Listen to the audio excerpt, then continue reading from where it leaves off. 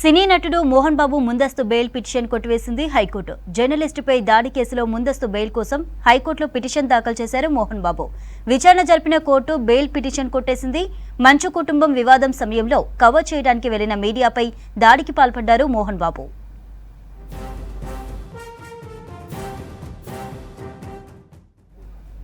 దీనిపై అప్డేట్స్ అందించడానికి అజయ్ లైవ్ లో ఉన్నారు. అజయ్, మోహన్ బాబు బెయిల్ విచారణపై అప్డేట్స్ ఏంటి?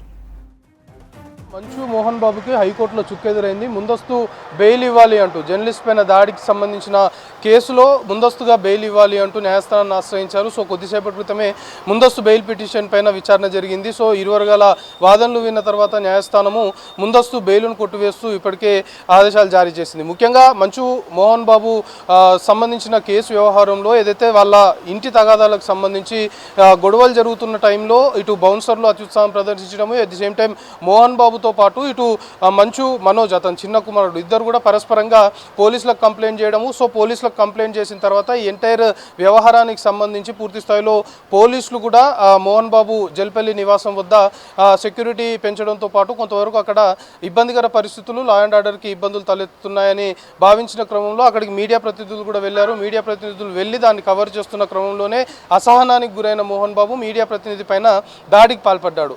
ఒక మీడియా ప్రతినిధి పైన దాడి చేస్తూ ఇతర మీడియా ప్రతినిధులందరినీ కూడా అదే విధంగా దాడి చేసే ప్రయత్నం చేశాడు. సో దీనికి సంబంధించి పహాడీ షరీఫ్ పోలీసులు దీనిపైన కేసు నమోదు చేశారు. పహాడీ షరీఫ్ పోలీస్ స్టేషన్లో మోహన్ బాబు పైన ఇటు దాడికి సంబంధించిన వ్యవహారంలో అటెంప్టివ్ మర్డర్ సంబంధించిన సెక్షన్స్ని కూడా ఇంపోజ్ చేసి కేసు నమోదు చేశారు. సో దాని తర్వాత మోహన్ బాబు ముందస్తు బెయిల్ పిటిషన్ దాఖలు చేశారు. సో ఆ కేసు వ్యవహారంలో దాడి చేశారు, అది క్లియర్గా ఎస్టాబ్లిష్ అయింది. ఎవిడెన్స్ కూడా పూర్తి స్థాయిలో పోలీసులు దాన్ని ఎస్టాబ్లిష్ చేస్తున్నారు. కాబట్టి ఆ విషయంలో ముందస్తుగా బెయిల్ ఇవ్వబోమంటూ ప్రస్తుతము హైకోర్టు ఒక నిర్ణయం అయితే తీసుకుంది. దాంతోపాటు ఈరోజు మోహన్ బాబుకు సంబంధించిన వ్యవహారంలో ఇదంతా రాచకొండ పోలీస్ కమిషనరేట్ పరిధిలో ఈ ఇష్యూ మొత్తం కూడా జరుగుతుంది. పహాడీ షరీఫ్ పోలీస్ స్టేషన్ జ్యూరిడిక్షన్లో కేసులు నమోదయ్యాయి. సో రాచకొండ పోలీస్ కమిషనర్ కూడా మోహన్ బాబుకు సంబంధించిన విషయం పైన ఈరోజు కొన్ని హాట్ కామెంట్స్ చేసిన పరిస్థితి. మోహన్ బాబు ఆల్రెడీ న్యాయస్థానాన్ని ఆశ్రయించాడు, విచారణకి హాజరు కావాలి.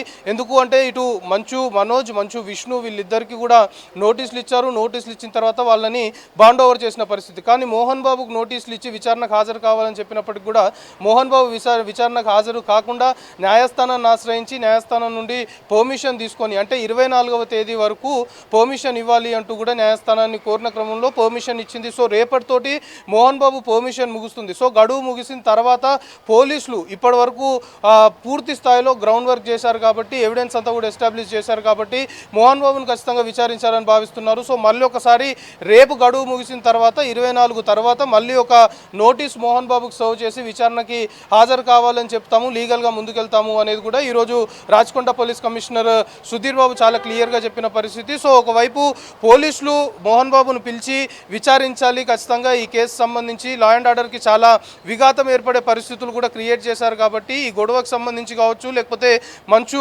మనోజ్ మోహన్ బాబు మధ్య జరిగిన తగువకు సంబంధించి కావచ్చు, ఎంటైర్ వ్యవహారం పైన మోహన్ బాబును విచారిస్తూ క్లారిటీ వస్తుందని పోలీసులు భావిస్తున్నారు. సో ఇక మోహన్ బాబుకి మళ్ళీ ఒకసారి నోటీసులు ఇచ్చి విచారణకు పిలిచే అవకాశాలు అయితే చాలా క్లియర్గా కనబడుతున్నాయి. ఇక జర్నలిస్ట్ పైన దాడికి సంబంధించిన దాంట్లోనే మోహన్ బాబు ముందస్తుగా బెయిల్ మంజూరు చేయాలి అంటూ న్యాయస్థానాన్ని ఆశ్రయిస్తే కొద్దిసేపటి క్రితమే ఆ విచారణ పూర్తి చేసిన న్యాయస్థానము ఎట్టి పరిస్థితుల్లో ఈ కేసు సంబంధించి, ఎందుకంటే దాడికి సంబంధించి మోహన్ బాబు దాడి చేసే విజువల్స్ అనుకోవచ్చు, లేకపోతే ప్రత్యక్షంగా కొందరి స్టేట్మెంట్ కూడా ఈ కేసు సంబంధించి పోలీసులు రికార్డ్ చేశారు. కాబట్టి అవన్నీ కూడా న్యాయస్థానం ముందు పెట్టారు. పర్టికులర్గా మోహన్ బాబు బిహేవ్ చేసిన తీరుకు సంబంధించి పోలీసులు ఎవిడెన్స్ ఏదైతే ఎస్టాబ్లిష్ చేశారో దానికే ఏకీభవిస్తూ న్యాయస్థానం ముందస్తుగా బెయిల్ అయితే మంజూరు చేయడం కుదరదు అంటూ ముందస్తు బెయిల్ సంబంధించిన మోహన్ బాబు పిటిషన్ అయితే న్యాయస్థానం కొట్టివేసింది. ఇంకా ఈ మంచు ఫ్యామిలీకి సంబంధించిన వ్యవహారంలో ఎలాంటి పరిణామాలు చోటు చేసుకుంటాయి, రానున్న రోజుల్లో మోహన్ బాబుని విచారణకు పిలిచినప్పుడు మోహన్ బాబు మళ్ళీ కూడా న్యాయస్థానాన్ని ఆశ్రయిస్తాడా, లేకపోతే విచారణకు హాజరవుతాడా, ఒకవేళ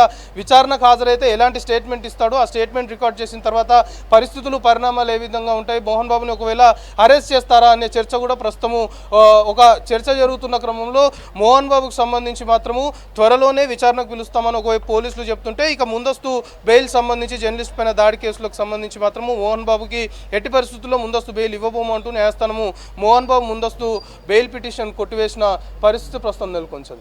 రైట్, థ్యాంక్ యూ అజయ్.